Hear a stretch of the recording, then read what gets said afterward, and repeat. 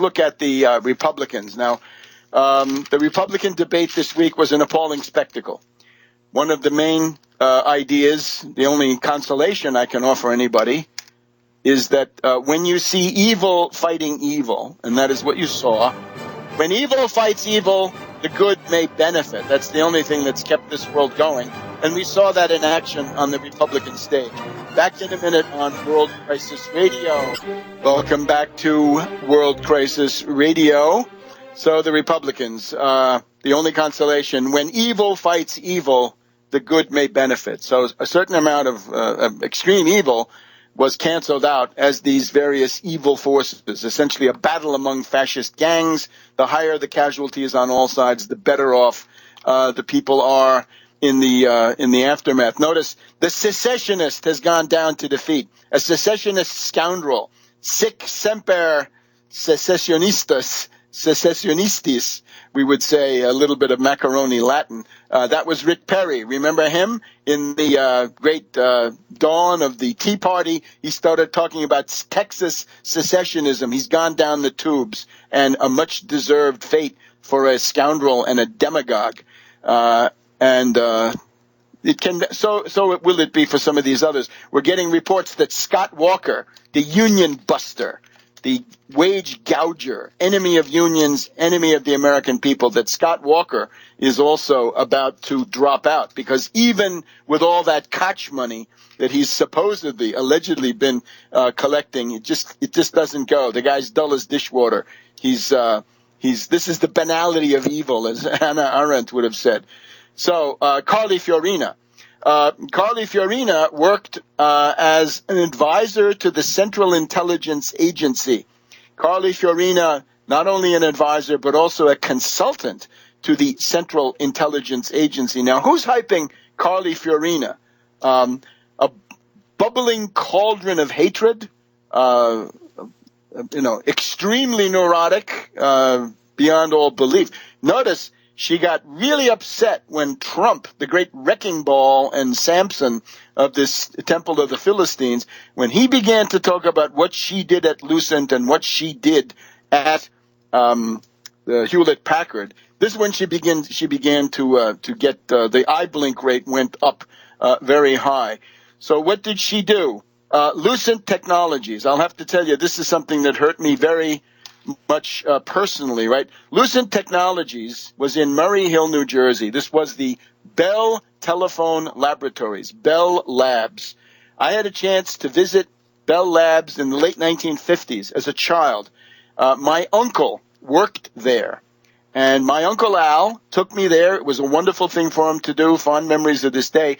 He showed me the Dead Room. The Dead Room was, at that time, the world's largest anechoic chamber, which was a completely surrounded, baffled chamber where no sound from the outside penetrated.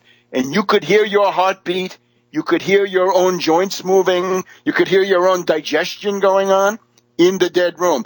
On this occasion of this visit, I saw the first touch-tone phone I'd ever seen. Up to that time, there were dial phones, but now it was a touch-tone phone, the first one, which he showed me at that time. Well, Bell Labs had been one of the greatest sources of innovation and scientific discovery in the middle of the 20th century. Carly Fiorina destroyed it. She absolutely destroyed it. It's gone. From 1996 to 2006, and it went belly up, and it was bought up by a French company.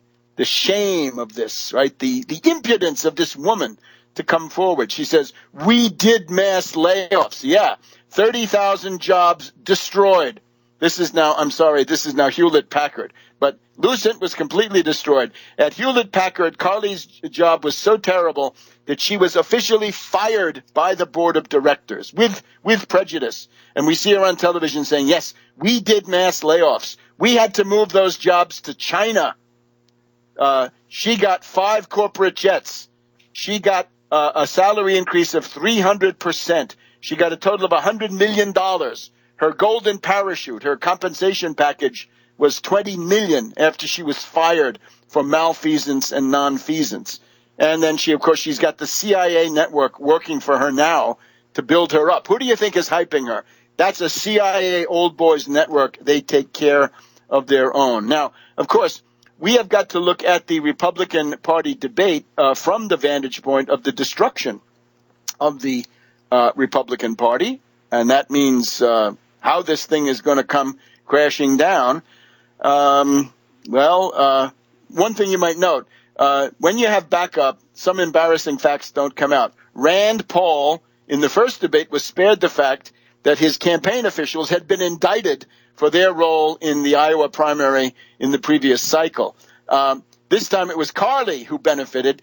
When we got into that question about vaccines and immunization and all this, they focused on Trump. They let Carly off the hook. Carly is the one who campaigns to try to convince parents that she shares their fears about vaccine and related stuff.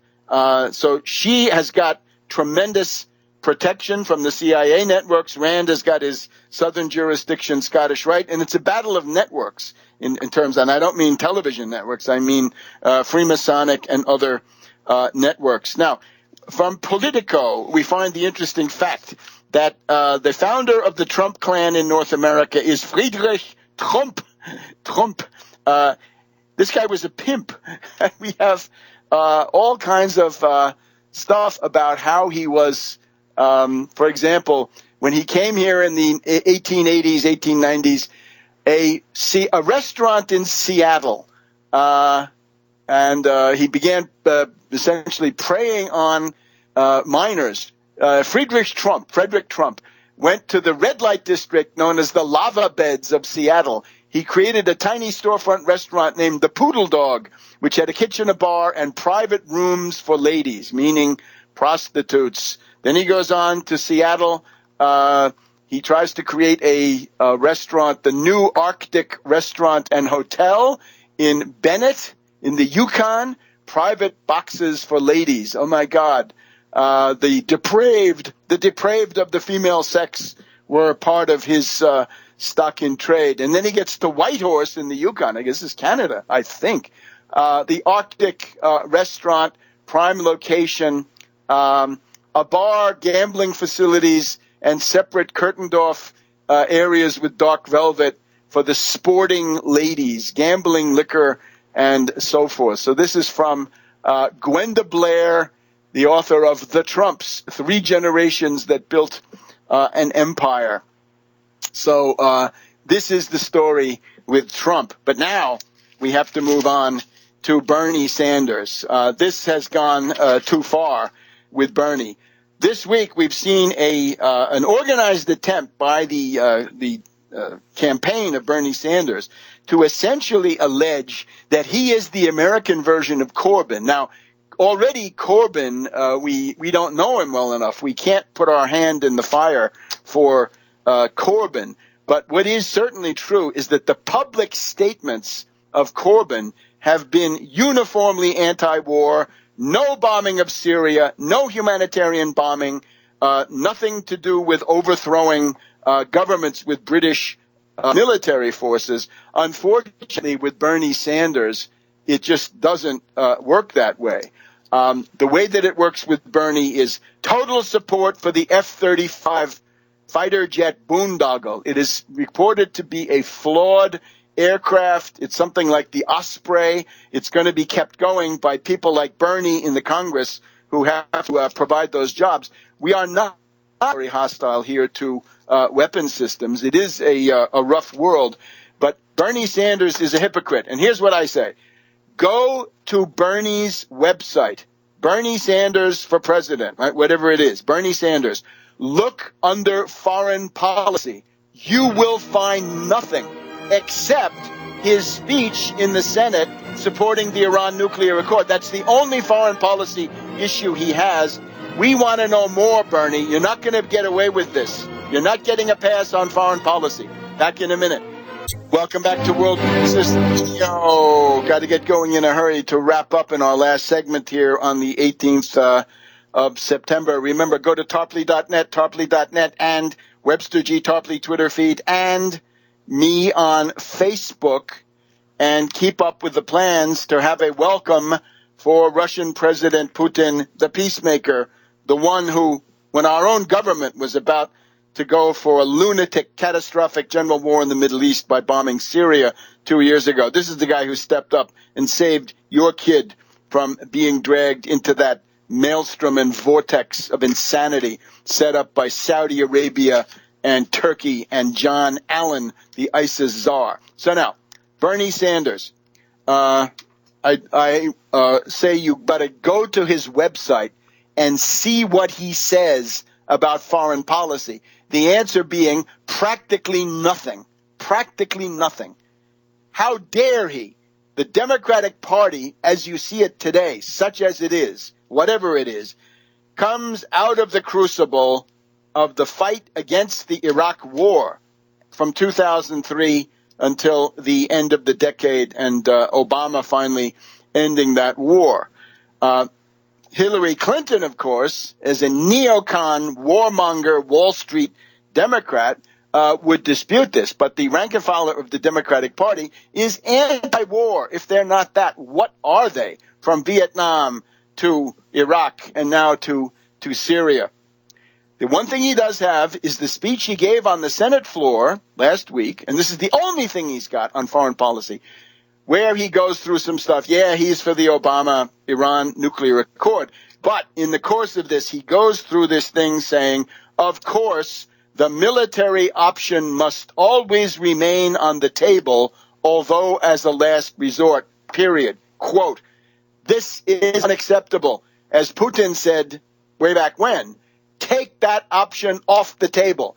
It is antithetical to civilization. It threatens the lives and the futures of all of us. We're not interested in another general war in the Middle East. This would be the coup de grace for the United States, right? The final blow. So I want to point everybody to get more details. Counterpunch magazine deserves a vote of thanks, I would say, for what they're doing. They have a series of articles about Bernie as a crypto warmonger. Bernie Sanders is a warmonger, but he hides it. And again, in a party where foreign policy has loomed so large, how can you left liberal mushheads let yourself be duped by somebody like Bernie Sanders? This is impossible. He talks about the Saudi Arabians getting their hands dirty. Getting their hands dirty is a quote.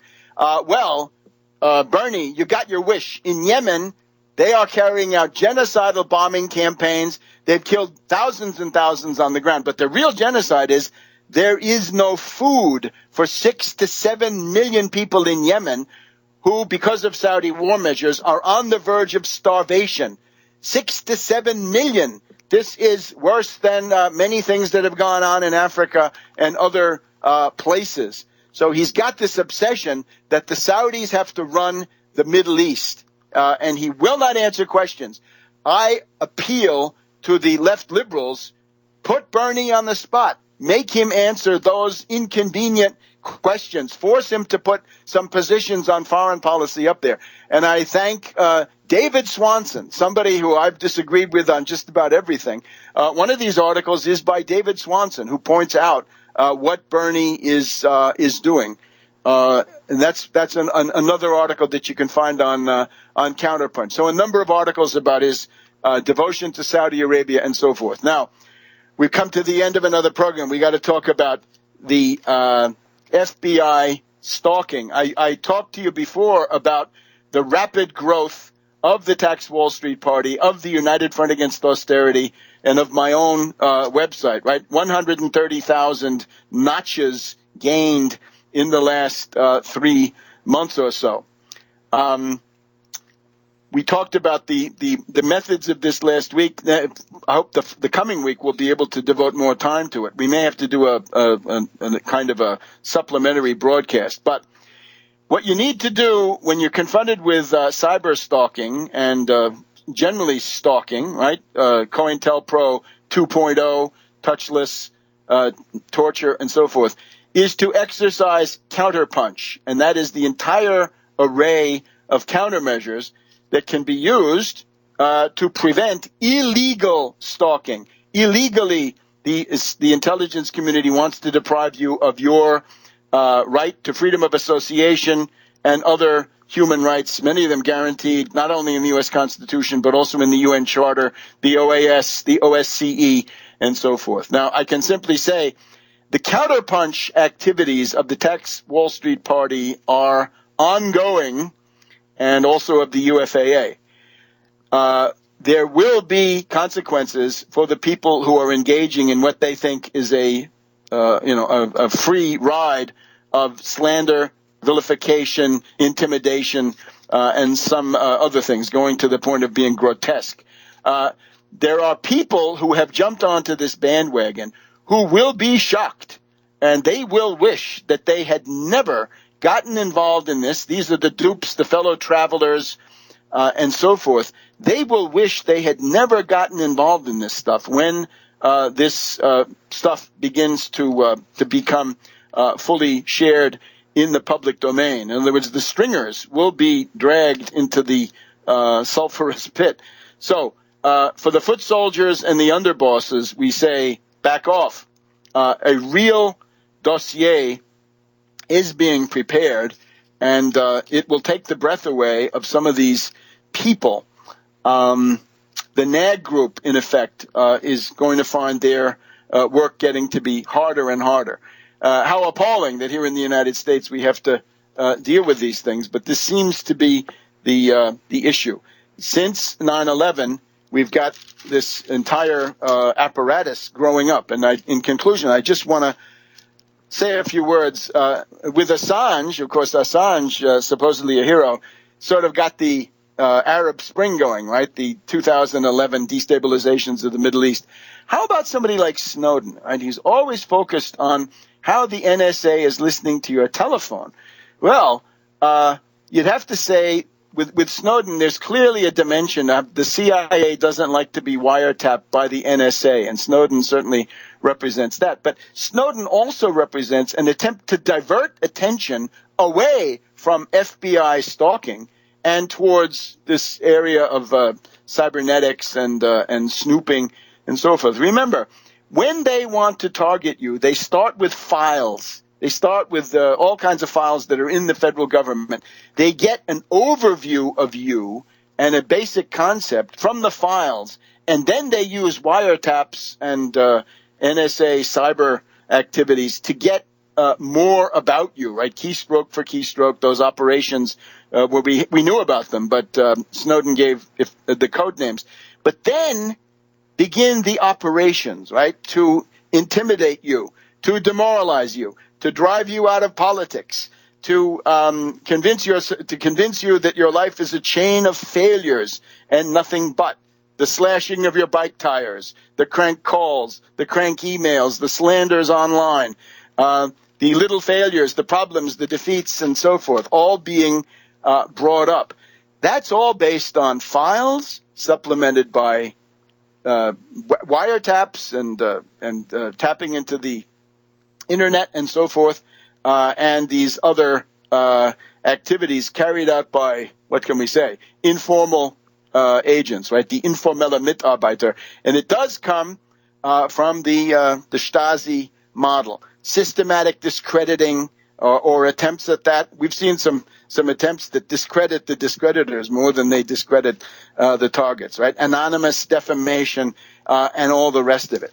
Accusations of all types, the more prurient, the better. So that's what we're dealing with. The campaign is ongoing. Stay tuned, and we'll be back next week. Watch Tarpley.net and Webster G. Tarpley Twitter for the pro-Putin activities at the UN General Assembly around the 27th or 28th of September. See you next week.